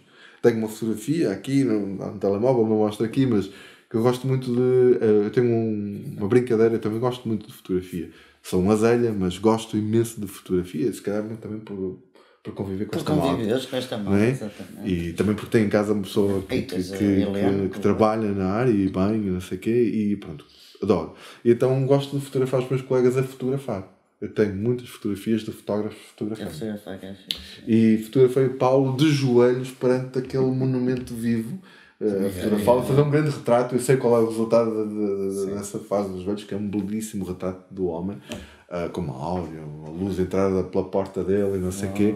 E eu depois também tem uma coisa: eu como conheço um pouco da fotografia, Isso é espetacular, é uma sensação fabulosa, que é, eu quando os vejo a fotografar, muitas vezes eu já consigo imaginar o resultado, com maior ou menor edição, quer dizer, mas perante as condições de luz, perante o jeito também, o género de fotografia que cada um faz, eu já mais ou menos estou a ver o que é que vai resultar dali, e pronto, percebi logo que aquele trabalho era fabuloso. E portanto, quer dizer, aconteceu com o Paulo, para o público no caso, e neste caso foi um trabalho que foi feito para o aniversário do jornal, porque o tema do aniversário do jornal, o homem fez anos no dia 1 de março, e o jornal no dia 5 tinha, quer no papel, quer online, portanto, em todas as nossas plataformas, trabalhos sobre a memória, não é? E foi isso que chamou a atenção. Eu quero trabalhar este homem precisamente porque e que consegue lembrar-se destas coisas todas. O mais antigo pescador das Caxinas, não é? Que se recorda de uma greve que foi brutal, a maior greve que o Estado Novo enfrentou na pesca do bacalhau, não é? Quer dizer, em 1937. Eu não sei no país todo, no país todo, quantos homens haverá que tenham vivido aquilo e que consigam falar sobre aquilo, não é? Porque as pessoas chegam a uma idade que já não têm memória, há pessoas mais novas ali que quando vais falar com elas não conseguem sequer lembrar-se. Tem. E é óbvio que já não é tão perfeita como era há 5 anos, ou como há 10, ou como era há 25 quando eu o entrevistei a primeira vez. Eu entrevistei-o há 25 anos, a primeira vez. Ele é o meu... Chamei-lhe mesmo no dia do aniversário à noite. Fui participar num jantar e li para as pessoas o texto que escrevi para acompanhar o trabalho do Paulo. Um texto muito pessoal, estritamente pessoal. E chamei-lhe a ele o meu pescador talismã. Não tenho nada. É talismã no sentido, sabes porquê? Porque foi a pessoa que, no fundo, praticamente dá origem à vinda ao peixe. Há 25 anos, ou mais, já nem sei bem, 25, acho que foi há 25 anos. Eu era um miúdo, acho que ainda, ou estava já na universidade, ou não sei, mas com um amigo aqui das Caxinas, que também era Coentrão, por acaso, o António Coentrão, um rapaz que eu tinha perdido o pai no mar e não sei o quê, e ele tinha uma câmara de filmar, assim, aquelas de fita, não é, e tal, e decidimos que queríamos começar a fazer entrevistas a pessoas já com alguma idade. E aquele homem, que só tinha 75 anos na altura, eu digo 25 anos porque ele tinha 75 na entrevista, eu lembro-me disso, já era assim, tipo, uma referência pela idade e pelas coisas que sabia e tal, não sei o quê. E entrevistamos, com aquelas condições, cortinas, salão paroquial, atrás, a luz, não era luz nenhuma, era a luz do teto, o microfone com um cabo assim e tal, a falar com ele. E eu dizia-lhe uma coisa que eu hoje diria daquilo que ainda queremos fazer, que é, eu disse-lhe assim e está gravado, tio Fernando, eu estou a pegar esta entrevista, estou a falar assim e vou falar com outros, que é para pegar nas cassetes e entregar ao António Ferreira Villacova, que tinha aberto naquela altura o Museu do Mar das Caxinas. Então, o Museu do Mar tinha muitas peças e coisas e fotografias. E eu, já naquela altura, com os meios escassos nenhuns, queria alimentar o museu com material audiovisual. Com o quê? Precisamente com essa memória, com esse património imaterial, que eram as histórias das vidas daquelas pessoas. Naquela altura só fizemos 3 entrevistas. Depois eu fui mesmo para Braga estudar, mudei de vida. O António também deve ter casado. Já não me recordo bem o que é que nos fez parar. Mas a verdade é que nunca mais parei, porque na universidade eu devo ter feito, sei lá, metade dos meus trabalhos, todas as cadeiras eram sobre as Caxinas. Quando acabei o curso, fiz um mestrado e não cheguei a fazer a tese, mas estava a trabalhar numa tese sobre a área da linguagem. Depois veio o público. O público interrompeu a tese, mas pronto, alimentou-me muito a outra coisa. Eu voltei a isto, literalmente, e sem problema nenhum o digo, também o devo ao público de uma forma negativa. A associação, ou antes dela, digamos, um projeto que eu tinha que era solitário ainda na net, de voltar a recolher memórias, surgiu numa das fases mais difíceis que tivemos no jornal, que foi um despedimento coletivo. Exatamente, eu lembro dessa altura. Eu estava na Comissão de Trabalhadores na altura, portanto tinha uma incumbência que é terrível, tremenda, com a qual acho que uma pessoa se dá bem, que é tentar o impossível, salvar postos de trabalho de colegas. Não consegui salvar nenhum. As pessoas que eram para ser despedidas foram despedidas. E estávamos ali em plena crise, troika, tudo, não é? Olha, o Paulo alimentou esse período com um projeto interessantíssimo que foi o projeto Troika. Eu lembro, naquele livro, e eu decidi na altura que o ano de 2012, acho que é assim, não posso não estar enganado, a associação depois nasce em 2013, mas eu decidi que o ano de 2012 não ia ser o pior ano da minha vida. Percebes? E então decidi, e o que é que vais fazer para isso? Eu podia ter-me, sei lá, refugiado dentro daquilo que é o trabalho no jornal, mas como o jornal naquele caso me estava a provocar alguma dor, e não tanto por mim, porque eu não estava a risco de despedimento, eu fazia parte não estava na lista, pronto, quer dizer, e decidi então recomeçar e procurar a minha felicidade mais perto das minhas pessoas. E então eu tenho de facto dado muito tempo a tudo isto, né? Depois nestes anos todos, 2012, depois em 2013 deixei de estar sozinho e fundamos a associação, 14, 15, depois com algumas dificuldades pelo meio, mas até agora tenho dado imenso tempo com os meus companheiros, mas tenho tirado um gozo que não sei se consegues imaginar, quer dizer, porque é uma questão de tu aceitares uma coisa e que para mim que estudei, que dentro do que é o standard deste país em que todos os gajos querem ser doutores, até inventam coisas e alguns inventam currículos e vão a Harvard sem ter ido, não é? O Berkeley. Eu podia ter ido a Harvard podia ter também mais escrito, não sei o quê. Mas quer dizer, neste país não sei o quê, quer dizer, eu posso dizer que eu tenho aprendido imenso com analfabetos. Ainda hoje estive outra vez com o tal Fernando da Rabina. E ele dizia-me assim, já em despedida, depois de longa conversa lá com a TVI, não sei o que, tive só a ajudá-los.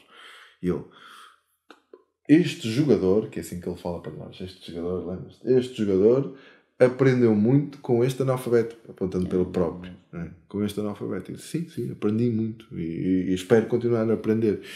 Portanto, quer dizer, e ninguém me tira isso, percebes? Nem que hoje eu parasse por algum motivo, olha, agora não podes fazer mais. Acho que já o balanço do que está feito, das atividades, eu não sei o quê, já era bom. Agora, por acaso, não vamos parar. Temos aí muita coisa.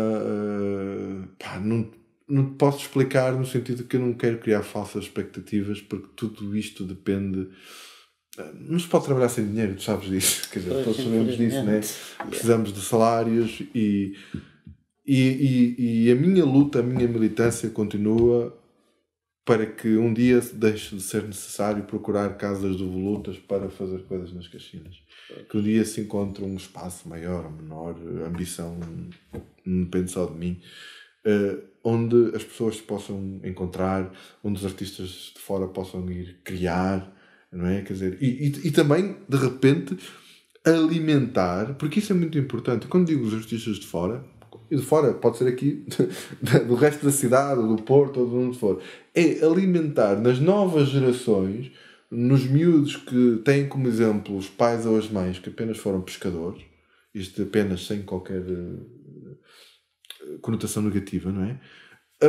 Abrir-lhes as possibilidades de contactarem com outras coisas e poderem um dia decidir ser outras coisas, não é? Também fotógrafos, designers, músicos. Atenção, Abel, existe uma cena lá. Tu foste professora de anos de professora de filhos de pescadores. Sim.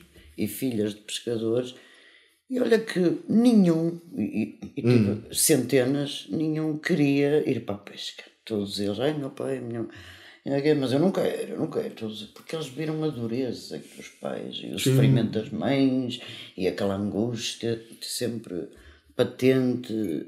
Eles todos queriam ser outra coisa.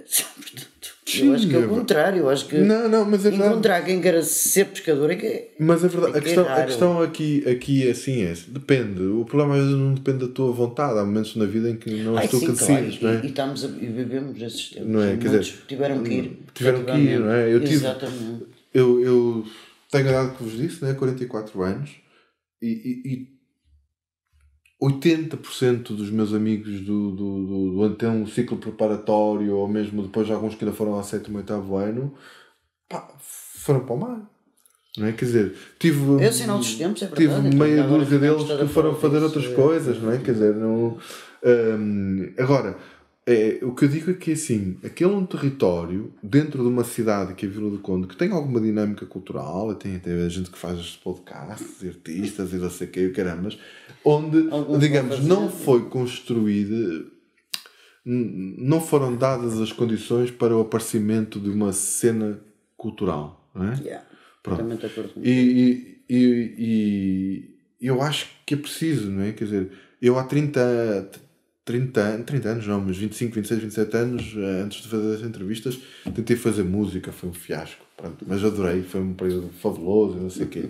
E nessa altura, as duas partes da cidade estavam mais juntas porque nós chegamos a tocar juntos com os Turbogenk dos Praça e não sei o quê e tal. Pronto, quer dizer, foi ali uma aproximação.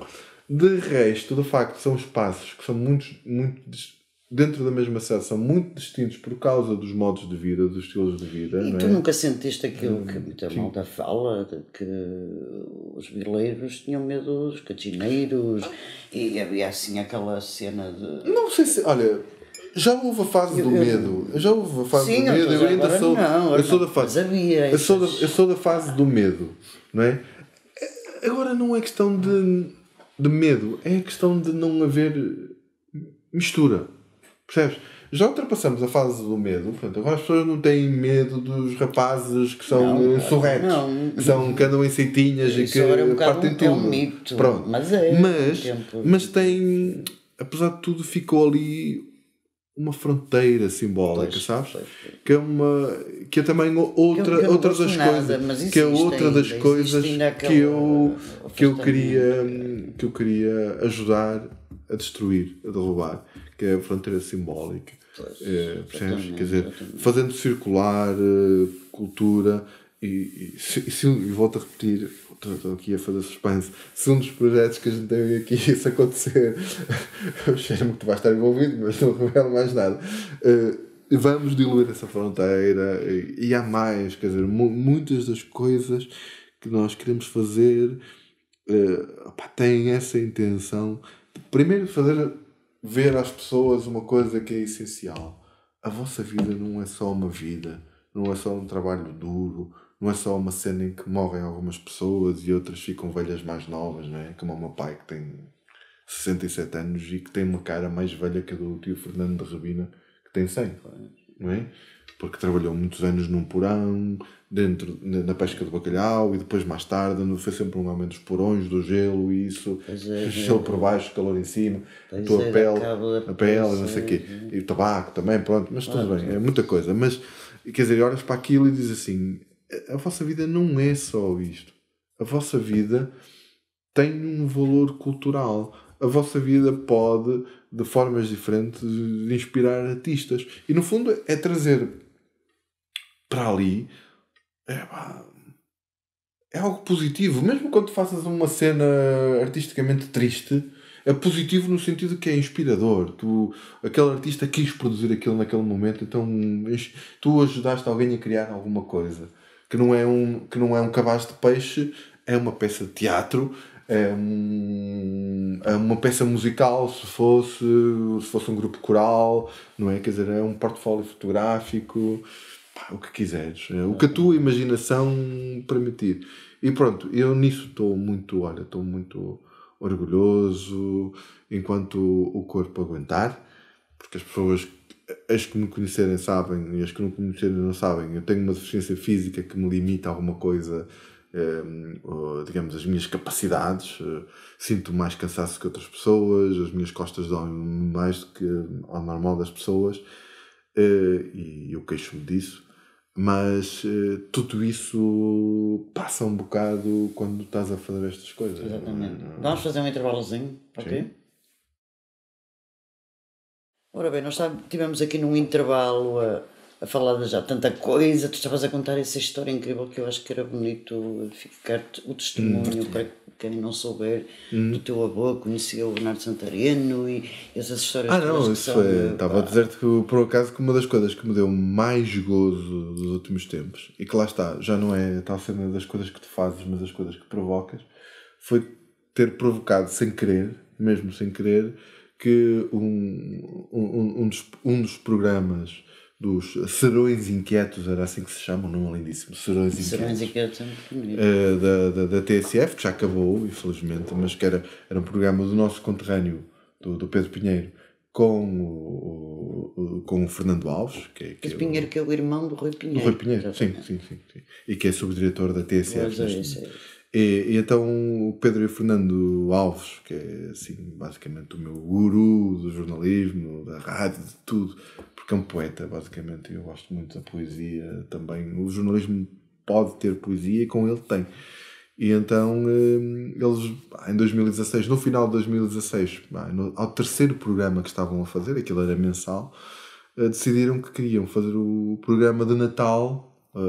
Natal, bacalhau, junto com bacalhoeiros e a conversar à volta destas memórias e tal.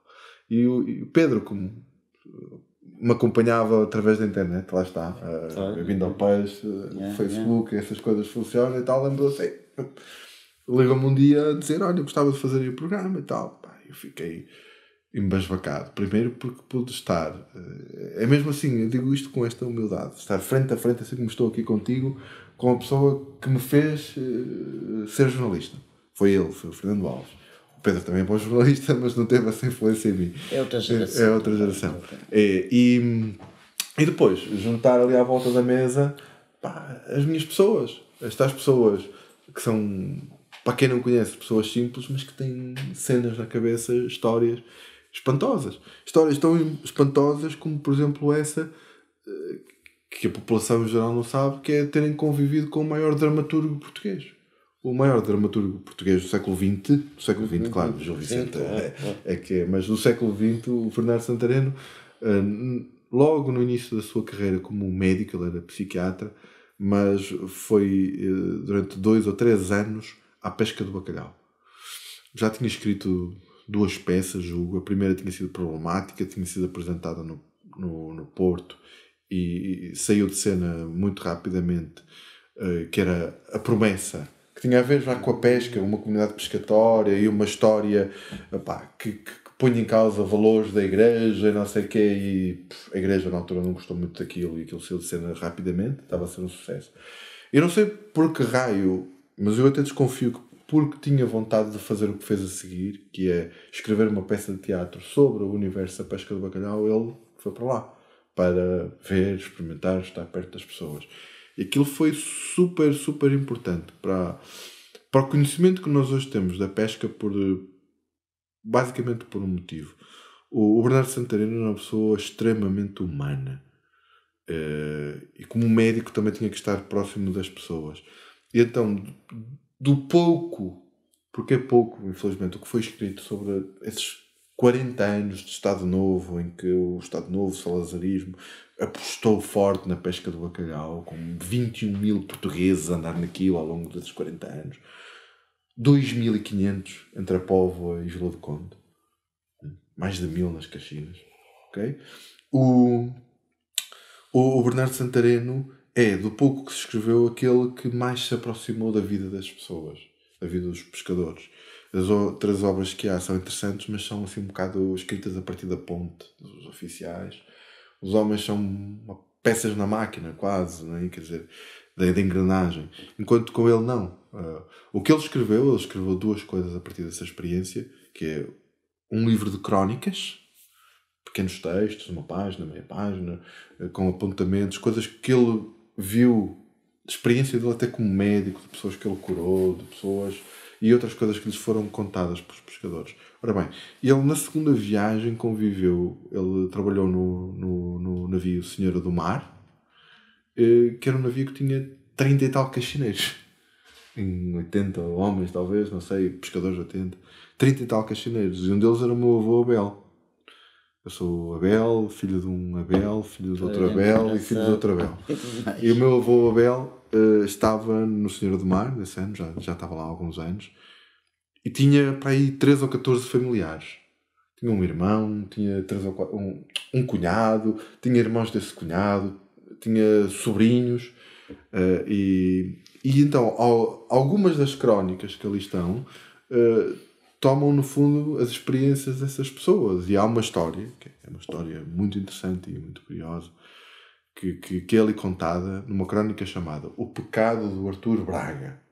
O Artur Braga é um tio-avô meu por afinidade. Os Bragas são uma família numerosíssima nas Caxinas, na Póvoa e em Matosinhos também. Bragas tem piada. Os Bragas são pronto, muita gente mesmo. E com muita gente andaram a bacalhau. E então o Artur Braga, que era casado com uma tia-avó minha, portanto era cunhada do meu avô, contou ao médico. Ele não sabia que era um escritor. Eles não sabiam que era um escritor. A maior parte deles eram analfabetos. Okay? Mas era um médico, era uma pessoa em quem confias. E então ele contou uma história. O Artur tinha naufragado. Mas nesse tempo o médico era... Claro. Não, mas aquele médico era uma pessoa especial. Sim, eu vou-te já explicar que era porque eu fui à procura desse testemunho, levei-o para a rádio. Portanto, só para terminar, o pecado do Artur Braga é que ele tinha naufragado em 52, num outro navio da Figueira da Foz. Foi uma história tremenda porque vários pescadores desse navio ficaram à deriva. Ficaram à deriva nos pequenos botes em que pescavam, em grupos de 4, 5, à espera que alguém aparecesse para os salvar. E ao 5º ou 6º dia, agora não me recordo, não tenho o texto de cor, mas já tinha passado muito tempo, eles estavam com muitas dificuldades porque nem é tanta comida, começa a ser a sede. Se não chover, se não tiveres água, a sede começa a pôr-te maluquinho. E eles tinham a bordo do bote o cão do navio, que era o Mondego. Chamava-se Mondego o cão. Sim, mas engraçado porque não sabia que havia cães que iam... Sim, iam... Havia navios que tinham uma mascota a bordo do cão e tal, não sei o quê. Eles tinham o cão do navio com eles. E o Artur Braga contou ao médico que ainda naquele tempo, em 58, portanto 6 anos passados, sentia remorsos porque ao 5º ou 6º dia pegou numa faca e matou o cão para comerem e beberem qualquer coisa, neste caso o sangue do cão. Que dureza. E qual era o remorso dele? O remorso dele é que naquele mesmo dia, umas horas passadas, apareceu um navio americano que o salvou. Então ele sentia que não tinha necessidade de ter matado o cão. Portanto, e é curioso porque, pronto, quer dizer, nesse programa da TSF, nós podemos levar um primo meu, primo do meu pai, que era verde naquele ano, que eram verde, são os miúdos que vão pela primeira vez pescar e tal, não sei o quê. E a quem eu fui perguntar um dia, com um gravador igual a este tens aqui, fui à casa dele, bati-lhe à porta e disse: Manel, primo e tal, tudo bem? Queria te fazer uma pergunta. Tu lembras-te do médico que andou no teu navio quando tu foste de verde? E ele assim para mim: o doutor Martinho, António Martinho do Rosário, nome de batismo e nome, portanto, porque era conhecido profissionalmente o escritor Bernardo Santana, não é? O doutor Martinho, eu não me lembro. E começa-me a desfiar, tenho felizmente gravado em áudio apenas, não em vídeo, vai 1 hora de conversa com ele. Ele depois contou algumas coisas da rádio, mas menos. Morreu entretanto, o Manel, o Batatinha, da alcunha. Mas ele contou-me uma série de coisas que nos ajudam a perceber o quão humano era este homem. Como lhes dava comida dos oficiais aos pescadores, como trocava tabaco, eles fumavam tabaco preto, que era horrível, não sei o quê, e o médico dizia para o Batatinha, para o Manel, pá, enquanto eu tiver aqui o Marlboro, pá, não fumes disso que eu resto do Marlboro e não sei o quê e tal. E como lhes escrevia as cartas, porque o Manel era analfabeto e era o médico que lhe escrevia as cartas para ele mandar para a mulher. E foi curioso, porque eu tive uma experiência também daquelas muito emocionantes, fui chorar quando estive na entrevista, que foi, ele levei o livro Nos Mares no Fim do Mundo comigo e disse assim: olha, isto já foi há 58, portanto já há 60 anos, né? Quer dizer, não sei se sabes, mas está aqui uma crónica escrita pelo Dr. Martinho, que é um escritor, que fala de ti. E comecei a ler e ele começou a lembrar-se daquilo, né? Era uma cena na Groenlândia, uma cena tão, olha, era uma brincadeira, uma crónica ligeira de uma cena matinal na Groenlândia com o barco todo gelado. as cordas, tudo com gelo e tal, e os putos, os verdes, né, saem para fora lá de baixo e tal, e são putos. E vem neve, gelo e não sei o que, começam a fazer bolas e começam a tirar uns aos outros. E começa com uma brincadeira, depois descamba em porrada. E a cena começa com ele. O Maravalhas de cabelo encaracolado, roufenho, verdes e tal. Porque ele era coentrão Maravalhas. Maravalhas, e o homem começa a chorar à minha frente, ali quase 80, acho que ela tinha 70 e tal, não sei bem se tinha 80 anos, porque não imaginava que aquele homem de quem ele tinha gostado, que era uma simpatia, um senhor, tinha escrito uma coisa sobre ele. E logo depois, o livro é daquela altura, né? Mas eles nunca leram, ele é analfabeto, não sabia ler. Portanto, e é destas pérolas que a gente apanha, aqui no meio das pessoas. Há pérolas inexploradas. Todos os dias eu apanho coisas. Estavas a falar há pouco das cerejas e da conversa. Isto é terrível, porque se não me parares e não passarmos outra vez para o Paulo, eu vou continuar indefinidamente. Parar o Abel é dureza. Não é o Abel. O Abel é. Repara uma coisa. Mas é tudo maravilhoso que tu dizes. Não, mas é que eu fico mas repara, assim, não é o Abel. Eu estive-te a falar do Manel Coentrão Maravalhas. Percebes? O que é engraçado nisto é que eu muitas vezes já me sinto a voz das outras pessoas. Eu entendo, tu parece que transfiguras e ficas essas personagens, eu sinto isso. Não consigo. Mas acho que é melhor voltarmos mesmo ao Paulo para eu descansar um bocado, porque nós temos aqui, já que tem aqui uma personagem que nesse aspecto. Que ele tem que falar assim para ficar testemunho, não é? Para sempre daquele projeto. Daquele projeto que não passou.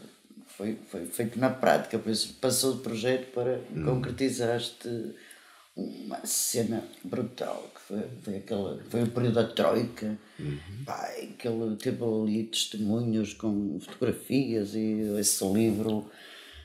Fala-nos um bocadinho disso para quem não souber, ficar a saber. O projeto Troika foi um projeto mesmo de militância, de grupo. Foi uma coisa proposta entre sete fotógrafos e um realizador de cinema. Fala um bocadinho mais alto. Em que nós, pronto, dada toda a circunstância que estava a acontecer em Portugal e que ainda continua e que estamos por muitos e muitos anos, vamos continuar a pagar bem caro a Troika e depois haverá outras Troicas camufladas, não é? Para pagarmos o BES e para pagarmos outras coisas dos Ricardo Salgado e companhias. As asneiras de outros, não é? Nessa altura, pronto, uma das coisas que e até foi em pleno aquela situação que tinhas falado dos expedimentos. Sim, foi uma altura mesmo muito negra e até do público. Sim, do público e tudo o que estava a acontecer, não é? E a comunicação que foi altamente atacada. Mas na altura foi mesmo, nós sentíamos que tínhamos que fazer algo para memória futura e criar um documento de memória futura. E mais que nunca reunirmos os fotógrafos que na altura estávamos em sintonia e com esta preocupação toda e esta coisa toda, esta inquietação e esta e o sofrer também na pele e o ver o que estava a acontecer ao nosso país e às pessoas e aos nossos amigos e aos conhecidos e desconhecidos, que foi uma altura mesmo muito, muito negra. Quisemos mesmo fazer um trabalho que abrangesse o máximo de território. Portanto, tínhamos fotógrafos do Porto, de Lisboa, do Algarve.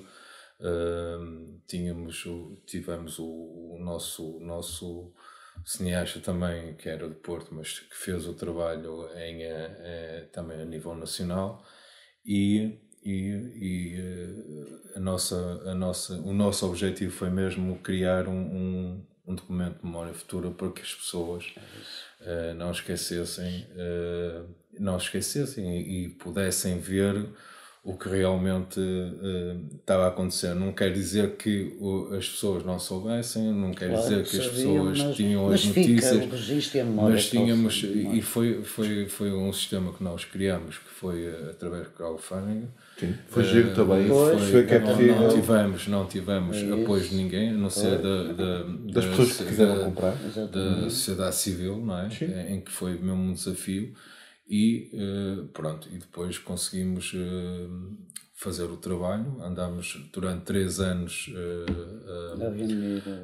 a fazer o trabalho e foi um projeto que ainda hoje me sinto orgulhoso de ter participado, porque tive as pessoas fantásticas a trabalhar comigo.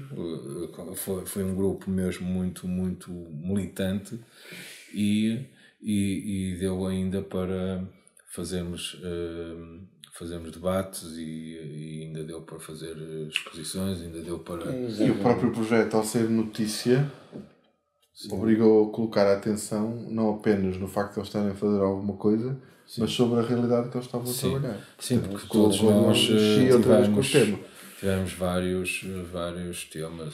Eu, por exemplo, era o RIR, não é? Trabalhava histórias de pessoas que estavam desempregadas e que tinham a história delas, não é? E o meu trabalho era em dípticos, em que tinhas a imagem da pessoa ou da família ou a crise, não é? E depois tinhas sempre o político a rir, não é? Na altura tinhas o Passo Coelhos, o Relvas e tinhas o advogado Paulo Portas que ia sair, mas não saiu. Essa malta toda que na altura era rir e só rir, porque por exemplo no dia em que o Passos Coelho deu a conferência de imprensa em que anunciava mais austeridade para o país e que estava outra vez a falar da crise e que o país estava a cair num caminho muito complicado e que iria haver mais sofrimento e tal.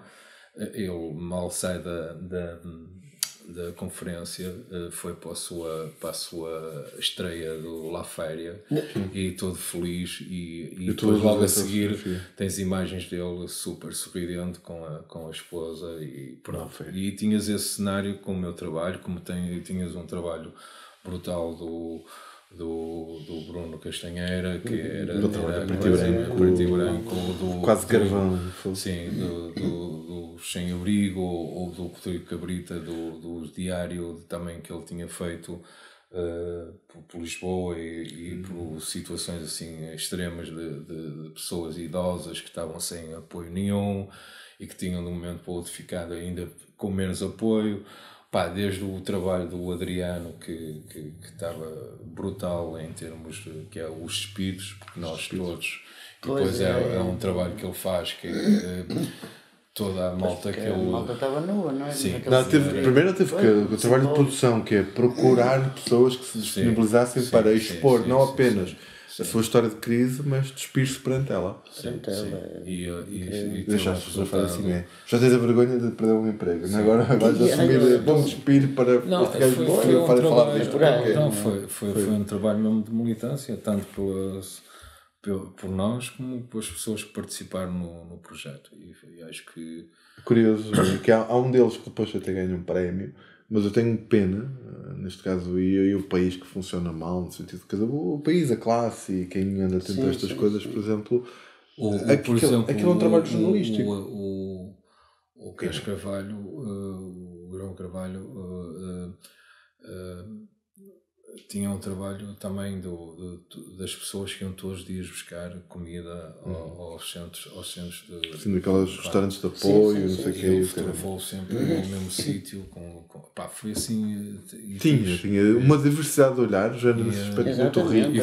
E foi um momento... Sim, e foi mesmo muito importante termos feito isso e sinto-me, pronto, orgulhoso. E uma das coisas que disseste foi muito importante, que eu cheguei a ir assistir a um lançamento do livro, que foi os debates que isso proporcionou. Os debates que isso gerou, não é? Tal sendo aliás. Grandes conversas, digamos, que isso era importante é manter o assunto na agenda, porque assim, o problema destas crises é que chega um momento em que se normaliza tudo, parece tudo normal. É como aquela cena, é a fase da aceitação, a negação primeiro, depois a aceitação e a malta depois cria-se também os filtros e depois cria-se também as rotinas, e depois tens as rotinas que não deixam de... já está tudo bem. E tipo, pobreza sempre houve, é verdade, sempre houve pobreza, mas de facto há coisas que foram ali retratadas que estavam a acontecer com especial incidência naquela fase, não é? A questão e não é preciso só falar da Troika. Ainda agora o público publicou um trabalho, um estudo que o acompanhamento de pobres há 10 anos atrás, não é? Sim. Mesmo com emprego e com mudanças e tudo, continuam pobres. Sim, que na verdade, quer dizer, o trabalhar não é suficiente para sair da pobreza, não é? Quer dizer, agora, aquela foi uma fase muito interessante. Eu acompanhei de lado este projeto, porque ele estava a ser produzido no público. Mas nós, nos intervalos das coisas, estávamos sempre a falar disso, o que é que vão fazer. Eles ouviu-os a combinar coisas. Foi mesmo viveres também e sentires que vias pessoas, como continuas a acompanhar agora, e isso acontece todos os dias, é que de um momento para o outro ficas sem nada, não é? Quer dizer, e de um momento para o outro, por um erro, por uma estupidez, por uma coisa que aconteceu. Ficaram sem emprego, depois sem a casa e depois agudizar as contradições familiares. Fica sem a mulher, há pessoas que de repente perdem mesmo tudo, vão mesmo para a rua e sem abrigo, que é isso, não, essas situações extremas. Esse é um momento de ruptura, muitas vezes na vida, e que muda tudo e te põe do lado da porta. Tens muita gente e isso dramas tenebrosos. Grandes dramas. Agora, em relação a este projeto de Troika, também tenho lá o livro, também contribuí. O que é engraçado aqui são duas coisas. Primeiro, é perceberes que é possível em Portugal fazeres um trabalho, portanto, usar aquilo que é já teu currículo, porque as pessoas que estavam ali, algumas eram jovens, ainda a Lara também já estava no Troika, ela ajudou muito até na área. A Lara Jacinto era muito nova ainda, mas muitos deles eram já pessoas que eram reconhecidas no jornalismo. Exatamente. E isto foi, por exemplo, a demonstração que as redes sociais têm aspectos extremamente negativos, mas têm caminhos escapatórios para fazer coisas interessantes, não é? Não é? Eu já te expliquei há pouco como de repente pessoas vêm ter connosco para fazer coisas fixas. E aqui eles conseguiram, através desse apelo e das redes que cada um tinha, chegar ao financiamento necessário para fazer uma coisa que nenhuma redação isoladamente financiaria, porque aquilo, em termos de horas de trabalho que não é contabilizado, não sei o que, aquilo custou muito mais do que aquilo que vocês conseguiram obter para pagar. Eles conseguiram foi obter o dinheiro para pagar eventualmente custos de viagens, impressão e projeto. Não há aqui. Ninguém ganhou aqui um salário. Claro, eu sei disso, é o que eu estou a dizer. Mas imagina, nenhuma redação deste país, normalizadas como estamos todos, num certo ramo-ramo, eu falo por todos, pagaria nem a 2, nem a 3, quanto mais a não sei quantos fotógrafos, fotojornalistas e gente para escrever para fazer. Tens que isto é militância. E ainda por cima uma cena que era contra a corrente e contra o governo, portanto aí mas isto é como tudo na vida, não é? Tu ou estás ou não estás, ou lutas ou não lutas, ou estás aqui e deixas passar e estás e está tudo bem, ou está tudo bem na mesma e participas também, pronto. E há uma maneira, a minha maneira é com a máquina, não é? A minha maneira de estar e de usá-lo ao máximo possível. Não é aquela coisa de eu querer mudar o mundo, não é? Porque não vou conseguir mudar o mundo, mas se todos os dias puder mudar uma vírgula, luto por isso. E sem ganhar 120 mil é o que eu quero dizer, é uma 120 mil contos. Era uma história, era um instantinho da vírgula num decreto que faz 20 a 30 anos. Eu costumo dizer, olha, é uma gota de água no oceano, mas é uma gota muito sentida, porque que a gente pode fazer, porque nós não conseguimos mudar o mundo. Mas... E depois isto também faz parte da tua história, faz parte do teu dia-a-dia, faz parte daquilo que tu também vives. É uma maneira de tu registares, denunciares, de partilhares, de intervir. Opa, e fazer história, não é? E isto tens que continuar sempre, todos os dias, à procura disto e ir à luta, lutando, não é? E é isso que eu também procuro fazer e procuro, através do meu olhar, da maneira como eu sinto e da maneira como procuro, depois fazer estes trabalhos. É mais isso. Sabes que lá no público há quem lhe chama o bom gigante, porque ele é mesmo dos nossos maiores. Ele é grande, é dos mais altos lá da relação, mais corpulentos e tal, não sei o que e tal. O resto não. Sou simplesmente fotógrafo e pronto. Não é nada disso. Não é nada disso. Ele é humilde e é generoso. Não. Sim, é generoso e é.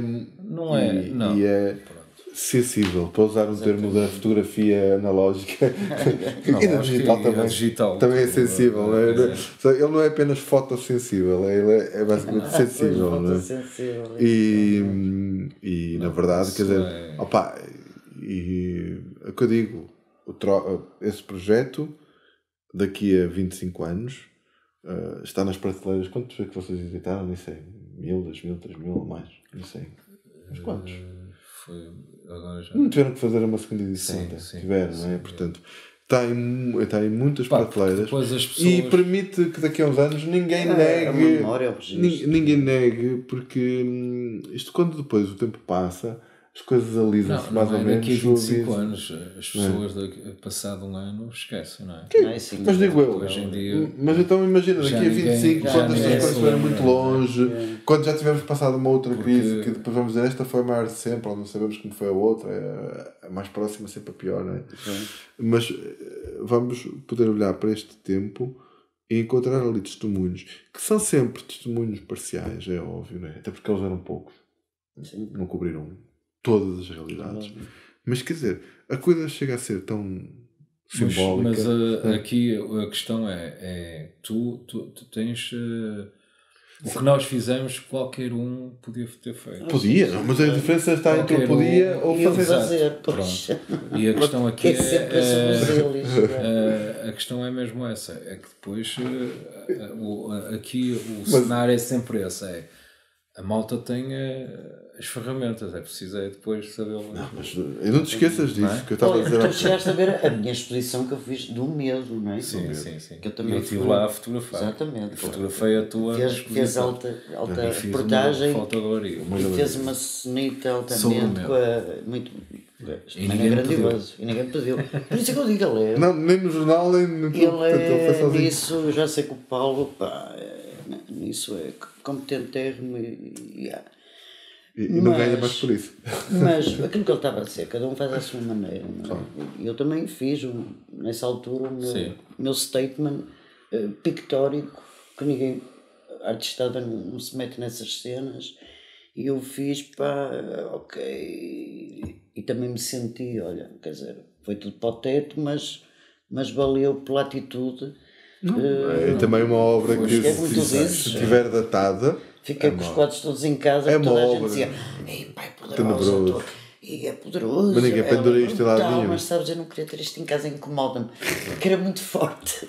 Tinha imagens, apesar da minha arte ter aqueles levezinhos de beleza mesmo, dizendo coisas fortes, mas e é isso, eu sei, portanto, vocês... Mas repara, por isso é que me espantou, isso que estás a dizer, as pessoas veem esse teu trabalho, que é dedicado a esse tema duro, E tu não vês neste quadro porque as pessoas não querem pendurar isso em casa. Por isso é que até me espantou positivamente, por um lado, que o projeto deles tenha sido financiado. Porque as pessoas normalmente estas coisas e tal... Eu acho que na altura as pessoas estavam tão revoltadas e estavam tão... Eles tocaram no coração do... Tristes, porque nós todos estávamos a viver um drama. Malta. Está à volta assim, claro, foi isso. É um crowdfunding. É um crowdfunding. Toda a gente dava qualquer coisa para ajudar. Sim, para já porque o esforço é pequeno. Segundo, assim, mesmo que tu às vezes possas não querer abrir muitas vezes aquele livro, eu confesso, eu estive lá em casa, vi os trabalhos, não ando a vê-lo, de facto, não é? É mais fácil do que está ali, está ali. E ainda continua. Aqueles cenários continuam a acontecer. Pronto, mas aí isso continuas agora que estamos aquelas durezas no segundo ano, não é? Do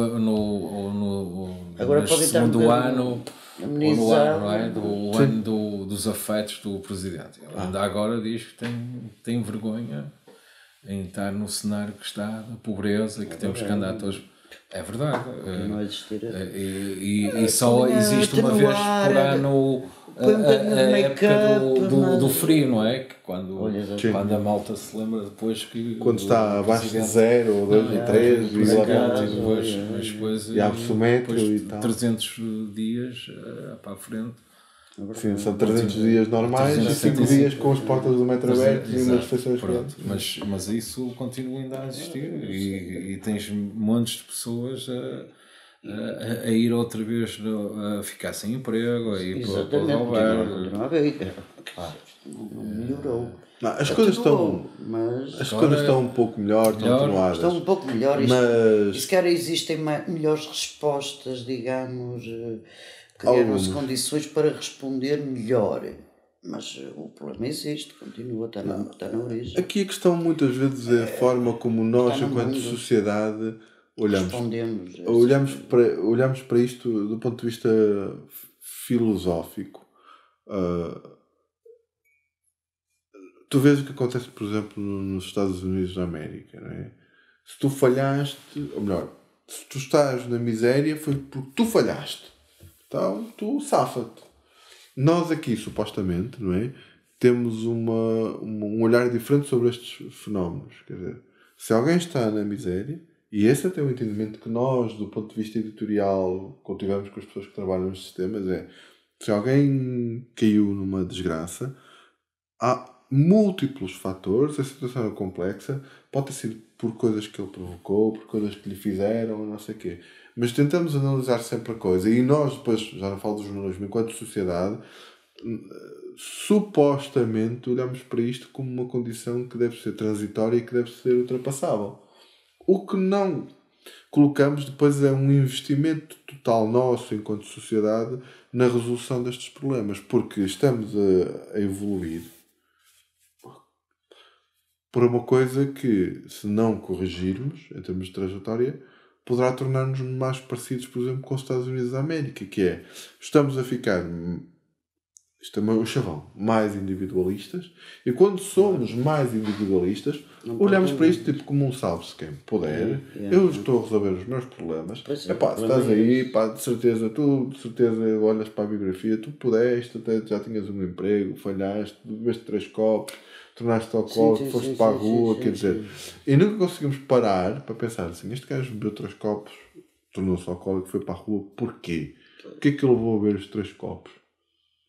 Não é? Não conseguimos, não é? Parar. Agora, confiamos é que o Estado, dentro desta filosofia que supostamente é a nossa e que é diferente da de outros países, não é? Crie as respostas e nos substitui enquanto indivíduos para a resolução dos problemas. O governo é que tem a culpa. O governo é que tem que não sei o quê. Existe esse espírito à português. É sempre. Pronto, quer dizer, e resolver. E realmente a sociedade tem que também. E a sociedade somos nós todos, é um facto.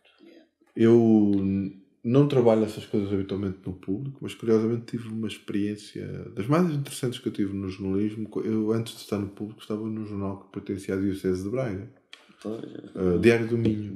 O meu patrão era o Dom Jorge Ortiga, que agora é arcebispo de Braga, era o o dono do jornal era diocese, não era ele, era diocese. E tal. E aquilo tem uma agenda muito própria, nunca foi censurado, nunca teve problemas e tal. Mas houve uma altura que eu decidi fazer um conjunto de retratos escritos de 10 sem-abrigos, acho que é 10, não sei, de Braga. E andei pelas ruas com um camarada meu fotojornalista, de noite, fomos falar com as pessoas, explicar o que é que elas eram, de onde é que vinham, o que é que lhes tinham acontecido, porque é que estavam ali, em que circunstâncias estavam, não sei o quê. E de repente, na altura, o meu diretor entrou assim pela redação com aquilo, tipo, todo contente no sentido jornalístico do termo, quer dizer, porque não estavam habituados àquilo. Estavam muito habituados a um ramo muito oficial, o que diz a igreja, o que diz a coisa, o que diz o político, o que diz a cena. E de repente aquilo, quando fiz aquilo, eu pensei assim, bom, eu já não era católico praticante. Estava já num período de afastamento e apesar de tudo foi lá aceite, porque o padre que me contratou, que era diretor, disse assim, eu não te vou perguntar se tu mijas fora ou dentro do penico, portanto, se estás dentro da igreja ou não estás. Portanto, respeitarás, digamos, o que é o estatuto deste jornal. Claro, sei onde é que estou, respeitarei. E achei que aquilo até ia, digamos, ao encontro do que era a doutrina social da igreja. Não é? Porque as coisas que eu sabia da religião e do exemplo que é a figura de Cristo foi o que o gajo esteve sempre com os mais necessitados, os escorraçados, as prostitutas, não é? Quer dizer, e não esteve provavelmente com os ricos, com os endinheirados e não sei o quê. E nada contra os ricos ou endinheirados, só que eles em princípio precisarão menos da ajuda de um santo, de um Messias ou de ti e de mim. Pronto. É? E fiz aquilo, opá, e deu-me assim um gozo tremendo, porque achei que de repente estava a inaugurar uma coisa que aquele jornal nunca tinha feito, que era, apesar de ser um jornal da igreja, estar a olhar para os pobres entre os pobres, para os mais pobres entre os pobres. E pronto, mas olha, curiosamente foi dos poucos momentos, eu depois no público, pouco fiz nessa área, até porque já tinha lá uma camarada de curso minha que já estava a trabalhar no público quando eu cheguei, que era a Ana Cristina Pereira, que dominava bem os assuntos, conhecia o terreno, trabalhava muito bem no coisa, e portanto nós vamos fazendo outras coisas, não temos que nos atropelar uns aos outros. E portanto no público nunca trabalhei, mas admiro isso, que é um jornal que supostamente ou é tido como um jornal de referência, que é lido por gente com mais estudos, não quero usar o termo aqui estatuto, mas portanto de uma classe média e média mais alta, continua a tratar decentemente, com respeito, os miseráveis entre os mais miseráveis. Portanto, dentro desses, porque na crise falamos muito da classe média, né? Que foi muito afetada, mas abaixo da classe média há os gajos que nunca foram classe média, ou que se foram, andam ali no fosso. Já estavam e pioraram ainda mais. E este jornal, graças a pessoas como o Paulo também, mas a outros, e a pessoas como a Ana Cristina Pereira e a outras pessoas também, no fundo, visita as ilhas, procura as pessoas de lá, conta as suas histórias, conta as histórias do seu abrigo, de quem nos anda a ajudar.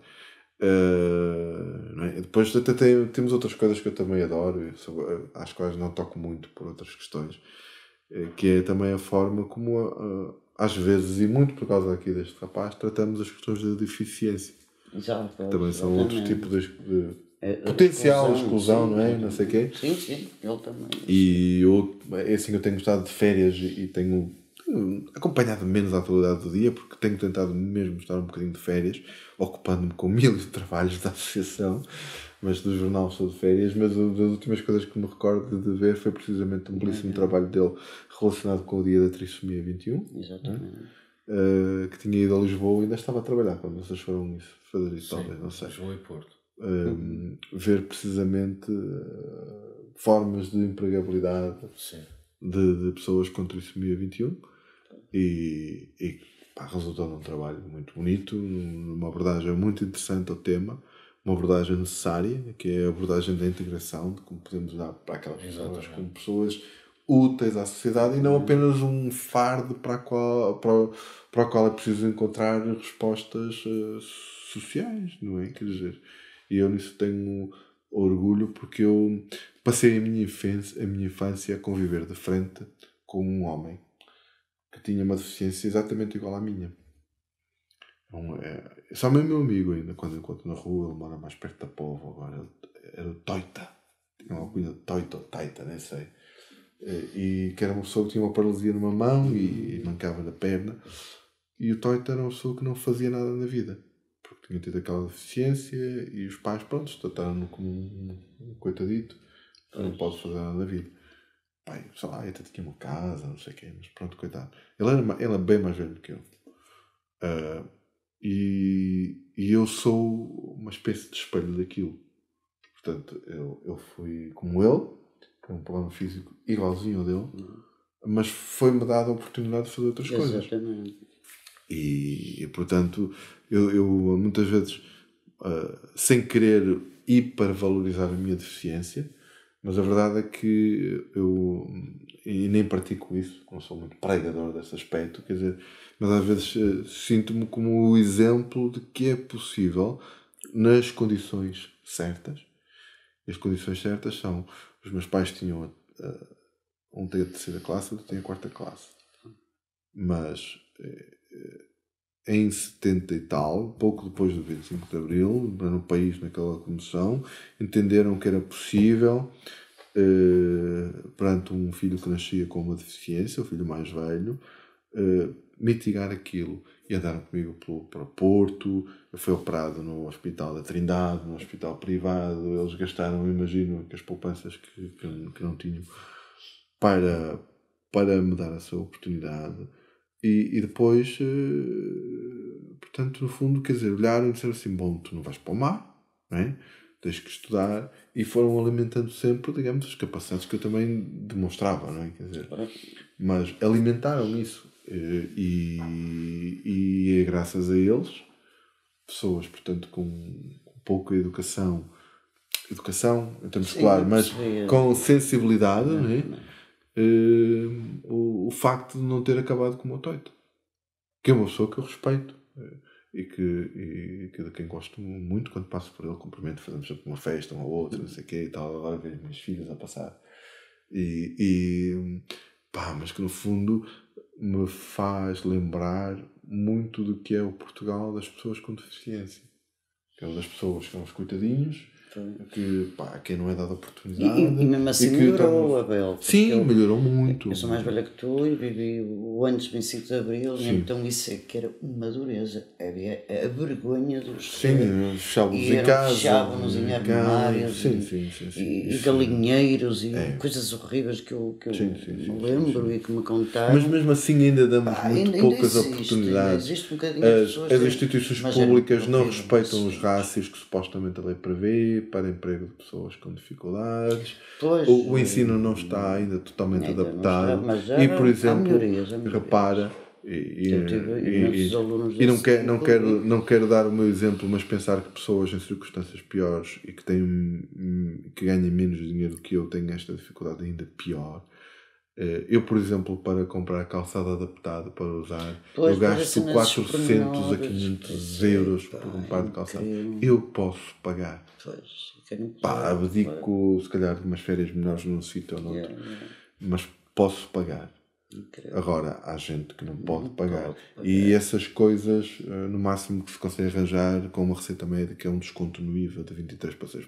Quer dizer, e as empresas que produzem isso vendem para países na Europa onde os deficientes que precisam daquilo têm cheques tipo de 500 ou 1000 euros ano para poderem comprar aquele calçado. Essas assimetrias é que portanto, quer dizer, faltam ainda muitas respostas e é por isso que eu, quando vejo estes trabalhos, e o Paulo trabalha muito através até da arte, de malta como a Karina Bell também, não sei o quê e tal, fico sempre muito orgulhoso porque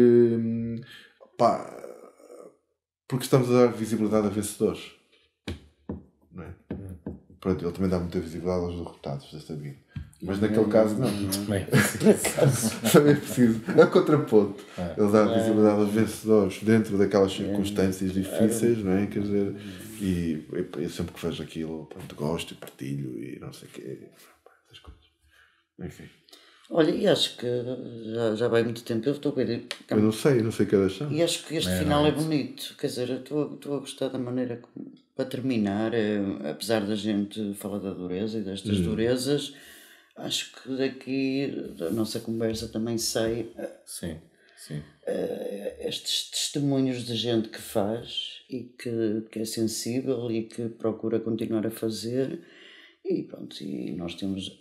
A palavra esperança é assim uma coisa, enfim, um bocado clichêtica, mas tem que existir, não é? Sim. Que mude, não é? Porque ainda existem muitas coisas que estão mal, não é? Neste país, mas tendo pessoas assim, como acho que eu venho trazendo ao meu podcast, que é tudo gente assim, que está a fazer coisas e que são pessoas, que eu quero, por isso é que quero que isto fique para sempre com as pessoas bonitas que eu conheço.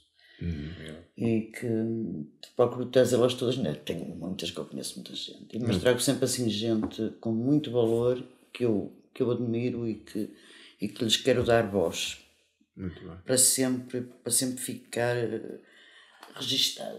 Por isso, Paulo, it was a great pleasure. Obrigado, eu também. Sem linguagem mais cinematográfica, não é para ele, que é um gajo da câmara. E Abel, grande cena e não vindo ao peixe, mas vindo vindo à vida, não é? Olha, ia dizer qualquer coisa, não sei, ele salvou-me. Que é o mesmo das letras. As palavras salvam. E vindo à vida, não é? As palavras salvam. Por isso, muito obrigado por estarem aqui. Obrigado.